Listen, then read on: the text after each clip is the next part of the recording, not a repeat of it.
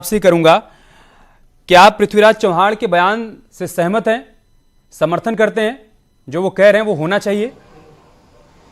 देखिए शुक्ला जी, आप भी पत्रकार हैं। उन्होंने जो बातें कही हैं, आपने अपने शुरुआती स्टार्टिंग में भी आपने दिखाया है उनका बयान। उनके बयान को आप डिकोड कीजिए।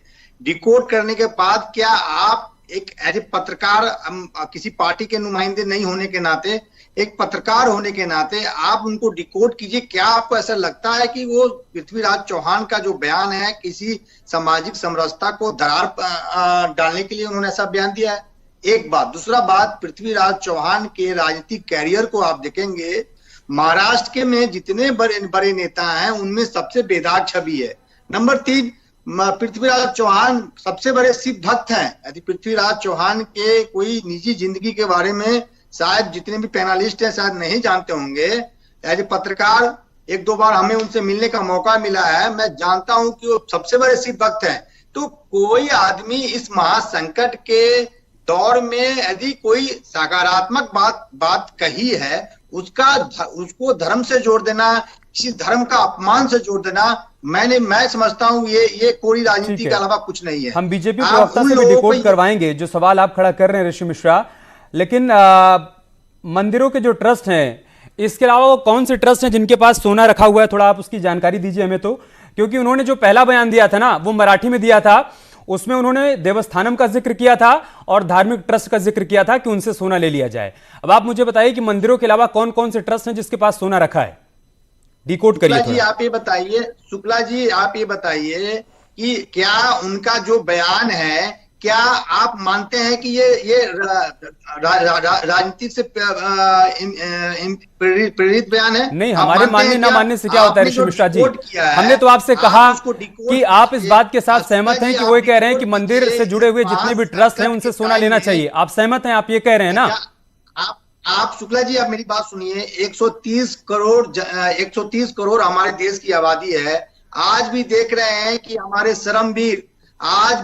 शरमवीर इतने बड़े पैकेज के घोषणा के बावजूद भी सड़क पे हैं। आज भी मैंने एक वीडियो देखा है कि एक माँ अपनी 4 वर्षीय बच्चा को, जो यूपी सरकार के मंत्री मोहसिन रजा भी हमारे साथ जुड़ चुके हैं। मोहसिन रजा जी, क्या आप डिकोड कर पाए क्या पृथ्वीराज चौहान का जो बयान है? क्योंकि ऋषि मिश्रा तो ये कह रहे हैं कि गलत तरीके से पेश किया जा रहा है, उसको कोई डिकोड ही नहीं कर पा रहा है, ऐसा कोड है उसका। देखिए, सच्चाई ये है कि कांग्रेस के पास अब कोई इशू बचा नहीं है और नकारात्मक जो राजनीति उन्होंने की है देश में 65 साल, आज नकारात्मक विपक्ष का भी रोल प्ले कर रहे हैं। जिस तरह के बयानात आज उनके लीडर्स दे रहे हैं, ये इससे साफ दर्शाता है कि ये सारे के सारे बिल्कुल भी हताश और निराश हो चुके हैं।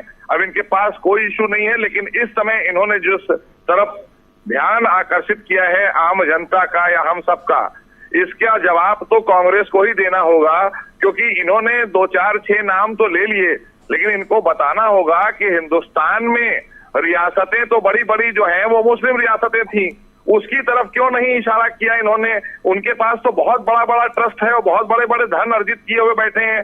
तमाम ऐसे ट्रस्ट हैं जो मैं जानता हूं, जो वक्फ बोर्डों के अधीन आते हैं पूरे देश में। वक्फ संपत्तियों से रिलेटेड वो ट्रस्ट हैं, तमाम ट्रस्ट सरकार के अधीन आते हैं। तो इस पर कांग्रेस ने क्यों नहीं बात की? ये आज खाली मंदिरों का मसला उठाकर कि वहां से इस तरह के पैसे या सोने को ले सरकार, तो आप जब सरकार में थे तो आपने ऐसा कोई काम क्यों नहीं किया था जो आज आप हमको राय दे रहे हैं? ये तुष्टीकरण और संप्रदायवाद की राजनीति करने वाले लोग हैं जिन्होंने हमेशा देश में बांटने की राजनीति की है, देश हित की राजनीति कभी नहीं की है। तो वही चेहरा कांग्रेस का आज फिर सामने आ गया है। ऋषि मिश्रा के कार्यकाल में छोटे मंदिरों को जो तोड़ा गया सड़क बनाने के लिए, तब कहां थे मोहसिन राजा जी? तब मोहसिन राजा जी को हिंदू खतरे में नहीं दिख रही थी। मानवता को बचाने के लिए कुछ भी करना होगा, हम सबको मिलकर करना चाहिए। आपका बयान मानवता का नहीं है। पृथ्वीराज चौहान जी का जो बयान है वो मानवता का नहीं है। मेरा बयान मानवता का नहीं है, राजनीति से जुड़ा हुआ है। हम रोटी मांग रहे हैं तो राजनीति से जुड़ा हुआ है। हम पानी मांग रहे हैं गरीबों को, मानवता से जुड़ा हुआ नहीं है। एक माँ अपने बच्चे को ट्रॉली बैग में बैठा के 500 किलोमीटर नहीं। अरे ऋषि मिश्रा जी डिरेल मत करिए भाई, ऋषि मिश्रा जी डिरेल मत करिए।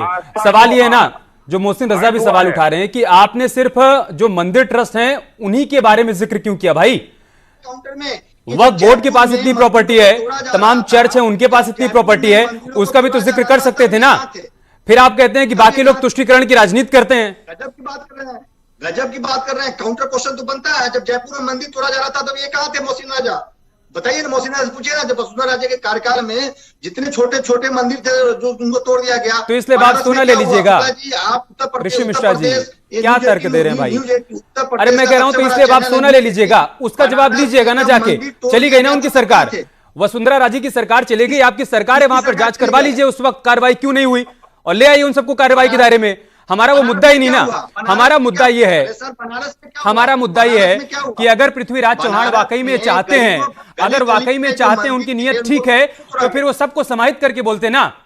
सिर्फ मंदिरों का ही सोना क्यों दिखाई पड़ रहा है उनको? छोटे मंदिर थे